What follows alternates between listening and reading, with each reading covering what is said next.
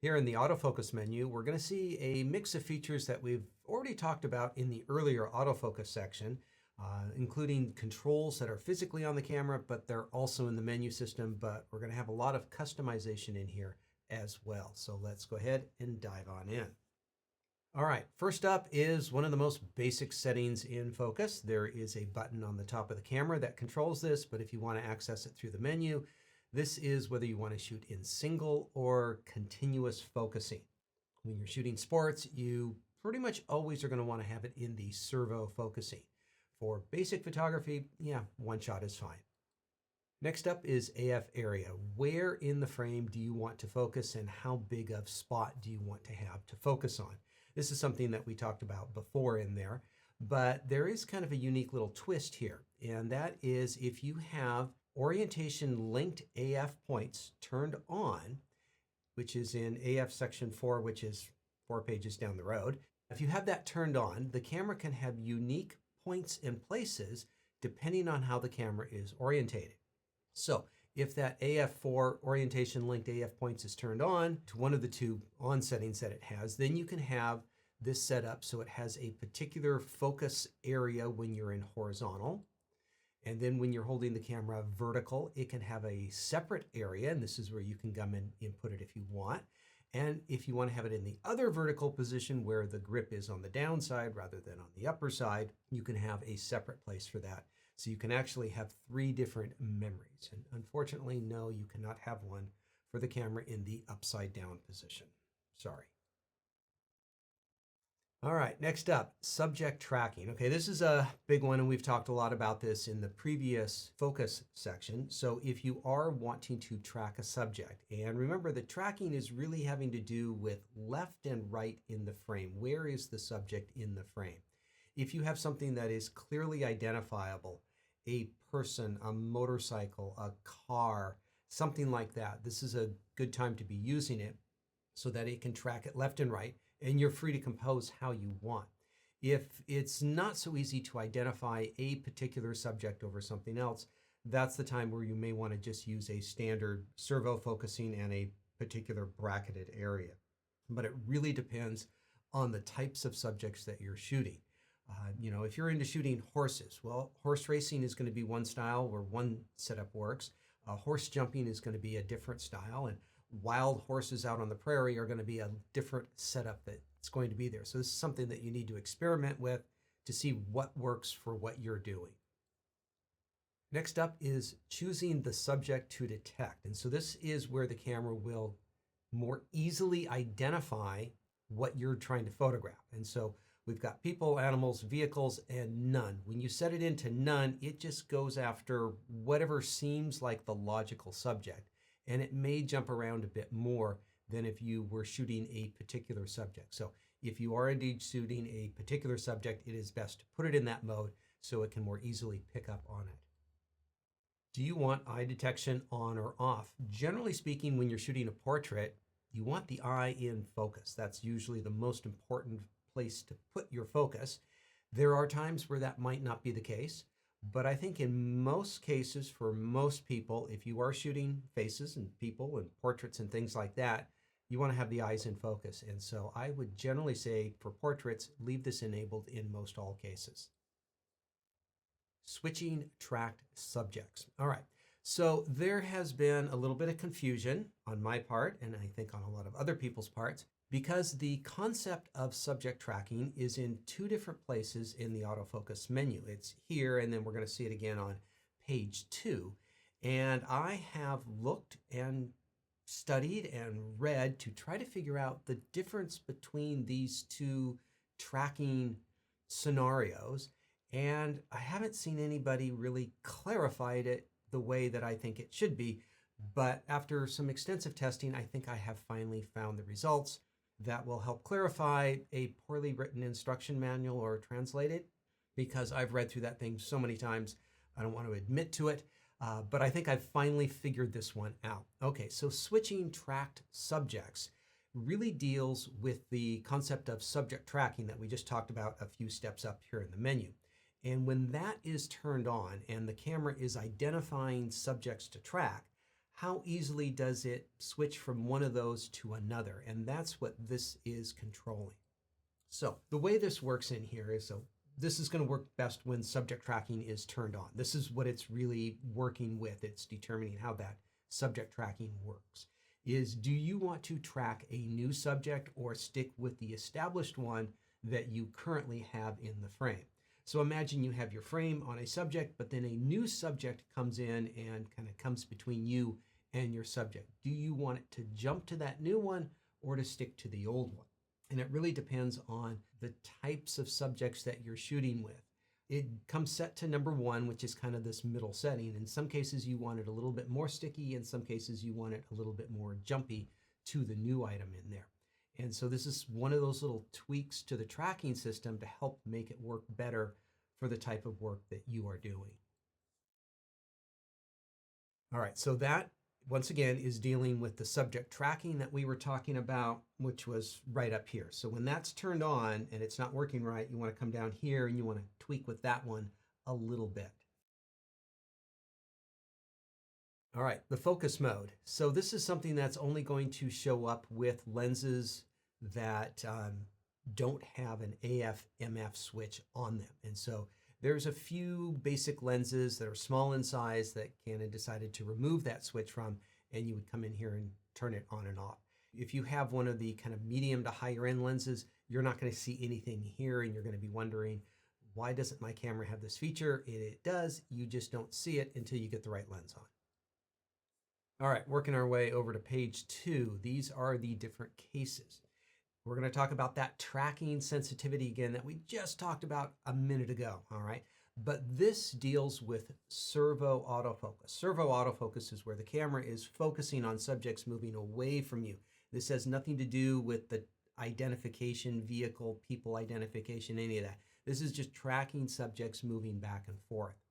And there are a number of different cases, because when the camera is adjusting focus, it needs to take a lot of things into account as to which subject to detect and how quickly is this subject changing speed. Is it accelerating? Is it decelerating? Is it going at the same speed? How often are these updates and changes made to where the focus is set to track this particular subject? So there are 4 different cases, as well as an auto, which kind of just adjusts for everything in there. And it has slightly different tweaks on how its algorithm works for tracking subjects. So there are 2 basic parts to this. There is the tracking sensitivity, which is very similar to what we just talked about, but this is just concerning servo autofocus. And then there is acceleration, which I think is pretty easy to figure out. So let's take a look at these 2 options. First up is tracking sensitivity. And this is most effective when subject tracking is turned off. So this is kind of, let's call it old school focusing before facial identification and stuff like that.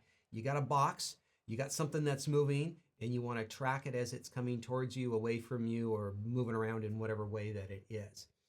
When you have that on a subject, do you want to stick it there or do you want to jump to a new subject? All right, so that same concept of, do you want to stick or jump? So this can be handy if your subject moves out of the box for just a second, either because they moved or you moved the camera, or if another subject comes in and interferes between you and your subject. How quickly do you want your camera to jump either to the background or to the foreground or to whatever that subject was? And it depends a lot on the type of sport that you're shooting. For instance, butterfly swimming. Okay, so butterfly swimming, they push their hands out and there's a whole bunch of water that goes out in front of their face. And if you're shooting them straight on, you don't want the camera to jump to the end of their hands and the water out in front of their face, most likely. You want to keep it on their face. And so in that case, you want to kind of ignore those sorts of things. Same thing goes with tennis when they have a hand coming across and maybe a racket or a ball between you and them. You want to keep the focus on them. Now, there are other times where you do want to jump straight to the finish. If somebody's the leader in the race and you just want to shoot whoever is the leader in the race, whoever is in front is most important. And that's why it comes set to the middle. It's kind of a balance of the 2, but you can tweak it according to the types of sports and the types of photos that you are trying to get from that particular event. All right, next up is acceleration and deceleration. And I think this one's pretty easy to understand. is as your subject's coming towards you, or way, or however it's moving, is it consistent in its movement or is it changing quickly? And this is going to kind of feed information into the algorithm to tell it how quickly to follow these changes in speed. So subjects with fixed speeds, most races, if you will, whether they're the 100-meter sprint or the marathon, once the runners get up to speed, they're kind of at a relatively steady speed. The same with auto racing and motorsports and things like that. They're up to speed, they're at a relatively standard speed. Now, there are some things, a lot of field sports where people are starting and stopping very quickly, and they get up to a fast sprint and they come screeching to a halt. And so if it's changing like that, you might want to have this more in the plus category. So it really depends on the types of sports. Generally speaking, you can kind of leave it in the middle for a number of things, and it will do a pretty good job for most of it. All right, so each one of these different cases has slightly different formula for how it sets up the tracking sensitivity and the acceleration deceleration. And so this is just kind of preset menus that you can choose, but the great thing is that you can go in and adjust these. You can make them more extreme if you want, or you can adjust a parameter that it may not adjust normally. And so these are some pretty good places to start with, but I think anyone who is, really into a particular sport is going to find that they're going to want to customize it possibly even further to really meet their own needs. And finally, there is just a general auto, and if you're not really sure what you're doing or you're constantly changing the types of things that you're shooting, this might be a safe place to leave it most of the time. All right, page 3, one-shot autofocus release priority. So when the camera is in the one-shot mode, the standard system on most cameras, including this camera, is that the image must be in focus for you to take a photo. Press down all the way on the shutter release and capture an image. And this is just kind of a safety protocol to make sure that, yes, it did focus on your subject. I would generally leave it here. You can take it off so that you can fire the camera anytime you want. Not really advised, but it can be done. Now this kind of doesn't really matter when you have your camera set up to back button focus. So if you're somebody who likes to do back button focus, and I will be showing you how to do that in an upcoming section, if you want to get into that, this one really doesn't matter in that case at all. Preview AF. Okay, so I think this has gone through some name changes with Canon. But this is generally a terrible feature. What it is where the camera will just constantly focus all the time. For general purpose, this is going to waste a lot of battery power, and it's going to be kind of unnecessary in most types of photography. There are some possible cases where it might be handy in remote photography or in some special unusual circumstances, but generally this is something you want to have disabled unless you very specifically want the camera focusing at all times that it's turned on. Lens drive when AF impossible. This is really designed for those people that have the really big telephoto lenses. Now with most lenses, it's perfectly fine to leave this set on. What happens is the camera will focus on a subject, and if it misses it, it might go out to infinity and come back to minimum and then back out to capture that subject. And with most normal lenses, that doesn't take too long. With a big telephoto lens, there's a huge difference between infinity and minimum focus and what it can see. And having it go all the way out and come back can take a very long time. And so with those longer lenses, it's advised to turn this off and then maybe manually try to get the lens a little bit closer to where the subject might be in focus and then let focus take over from there. And so most lenses on, big telephotos, probably turn it off for most people. AF assist beam firing. So as I mentioned before, there's a little light on the camera, and if you hook up some of the certain types of flash units, there will be a LED AF assist system that turns on, and this can help you focus in really dark situations.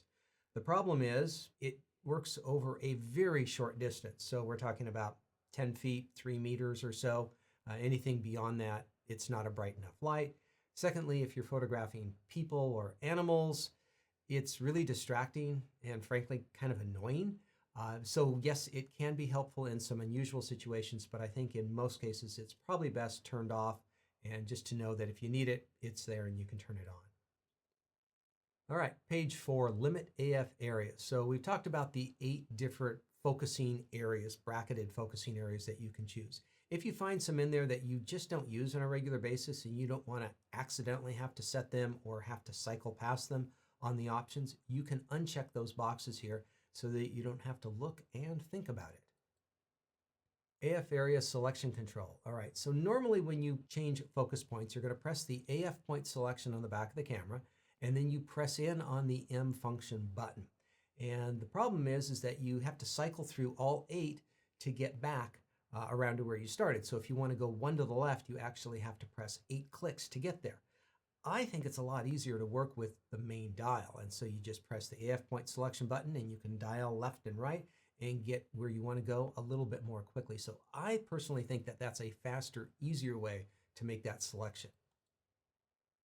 The sensitivity of the joystick on the back of the camera can be adjusted. So if you want it to be a little bit easier to move from side to side, you can make that, or make it a little bit more difficult.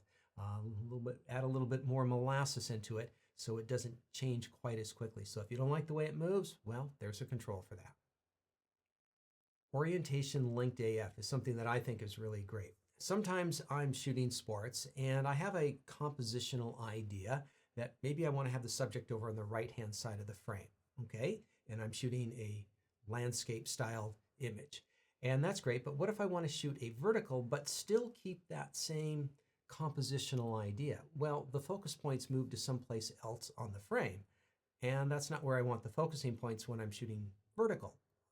So I want to have separate focusing points, one for horizontal and one for vertical. And this is where you can choose that you want to have a different place for the focus. You can also choose the area to be different as well. So maybe when it's in vertical, you have a small spot, but when it's horizontal, it's a big spot, and you can choose anywhere in the frame you want. So I think for a lot of photographers that quickly change from vertical to horizontal that want to keep that same compositional idea, then yes, this is going to be a great thing. It doesn't work well when you're shooting straight up or straight down, and for certain people in certain situations, it may not be good at all. But I think for a lot of people, it's a handy way of getting the right composition that you want. All right, page 5, manual focus peaking settings. We talked about this back in the focus section. This is where the camera will show you a highlighted area that is in focus. This is one of the easiest ways to see the zone of in focus area when you're not magnifying, you're looking at the entire image. So first option in here is turning it on and off, which is pretty easy. Keep it off most of the time, I would think. You can turn the level on high or low, depending on what's appropriate for how you're using it. And then you can choose different colors, depending on the color of your subjects and the background and what stands out and is easy for you to see. So fairly obvious and easy changes that you can make in there for that one. The focus guide. This is a great tool when you are manual focusing. It gives you a guide along the bottom of the distance that you're setting. Also kind of gives you a hint on how to turn the lens for sharpest focus. And so there's, different settings for infinity and close up. And once you get used to it, this is really easy. It's probably my favorite of any manual focusing electronic aid tool that I have seen to date. Electronic full-time manual focus. So some of the older EF lenses, the DSLR style lenses from Canon, have electronic focusing rings, which means when you turn the rings, they are not mechanically moving the lenses in any way. It's electronically telling the lenses how to be moved via motors. So with those older style lenses, do you want to enable full-time manual focus so that you can just grab that ring and focus anytime, as opposed to having to switch the lens into the manual focus? This really doesn't apply to most people. It doesn't hurt to leave turned on, so it's kind of nice to have, I guess, turned on if you have one of those lenses. Now, lens electronic MF, this deals with the more modern RF lenses, and it's going to allow you a manual override when you have the camera in autofocus, which, as a more serious photographer, I really like the ability to have the camera autofocus, but then I can just jump up and touch the focusing ring and give it a touch up and change if I need to. So if you like to be able to have that ability, you can turn it on. I think probably for most people, they can leave it turned off as a basic setting. Focus ring rotation. So different companies and styles of lenses sometimes have different directions for focusing as far as which direction does it turn for infinity versus minimum distance. And so Canon is kind of along the lines of what most lenses are in the industry. Nikon and Fuji lenses go the opposite direction. And so if you are coming from Nikon or Fuji and you want your Canon lenses to work like them, well, you can reverse it if you want to. But for the most part, I'd leave it normal for most people. The ring sensitivity can also be changed, and that's because still photographers and cinematographers have slightly different styles of manual focusing. A still photographer likes to be able to slow the focusing of the lens down to really fine tune where that sharp focus is. And so it varies according to how fast you turn. So if it's way off, you can turn it quick and you can more quickly get to that spot you want to go.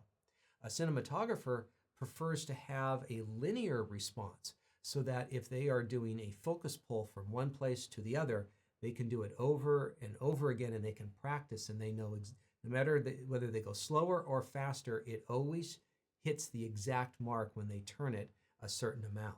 And so if you do a lot of manual focusing, you might want to play with this to see which one you like, because it's quite possible you might like something different than is standard for what you're doing. All right, now finally, everything that we've talked about generally applies to shooting stills. It does also apply to shooting movies, but it's not unique. You can have it separate, so you can have one control for stills and one for shooting movies. But there are a couple of things that are unique in the movie mode. So if you have the camera in the movie mode that show up in the menu here, that won't show up when you have the camera set to stills. First up is Movie Servo AF. Now there is a huge difference between the way an amateur and a professional filmmaker is going to work. And so for the amateur weekend mom and pop style person just wanting to shoot a basic video of something going on, when you have this enabled, what happens is the lens automatically focuses at whatever you're pointed at. So if somebody's way over there, it focuses on them, and then something's close to you, it just automatically focuses up close. The professional, though, is much more deliberate about where they are focusing. They plan a shot and they say, we're going to focus from here to there. And they want to be able to do that on their own. And so it really depends on what style of video are you shooting and what do you want to have happen. But basically the idea here is, do you want it to constantly focus whenever the camera is recording, or do you want it to focus only when you tell it to or when you want to manually do it? Movie Servo AF speed on page 2. So when you're shooting movies, a lot of times most people who shoot serious movies are going to do manual focus, but there are cases where autofocus can be quite handy and nice, and this is where you can determine how fast it's going to focus and when is it going to do this. So I think these settings are in here reversed. I think I'd like to have the other one first, which is how fast we're focusing, but we'll do that in a moment. But maybe you want to have your lens focus a little bit more slowly, and that's one of the differences between cinema and stills. In stills, we want the camera to focus as fast as possible so we can take a still shot. In movies, you may not want super fast focusing. That can be disruptive or jarring to the viewer of your clip or your movie or whatever it is that you're shooting. You might want to focus a little bit more slowly and deliberately. So here is where you can choose when is this turned on. You can have the camera focus very slowly, so it's a very deliberate move, but it only does that when you're actually shooting. If you're setting up a shot, it'll actually focus much quicker, so you don't have to wait for that time. And so always on, it's kind of nice because you can kind of always get a feel for how it's going to focus. If you're going to be setting it up to shoot in a really unusual way, you might want to set it up during shooting. Now, how fast does it focus? Well, that's what you get to decide in here. And you can see that there's a large scale where you can have it focus much slower. So it feels like a more deliberate focusing move in there. So that really depends on what style of movie you are shooting. I think we have one more in here, and that is the tracking sensitivity. And so we've kind of talked about this tracking sensitivity, but here's where it deals specifically with movies. And so I think you get the idea at this point. Do you want to stay locked on a particular subject, or do you want it to be able to jump to a new subject? And obviously it's set in the middle here because it doesn't know what you're trying to do, and this is one of those areas where you can kind of tweak with it according to the shot that you're trying to get. All right, there you go. As you can see, lots of little tweaks in the AF menu. Hopefully you've got that all set up just right for your type of photography.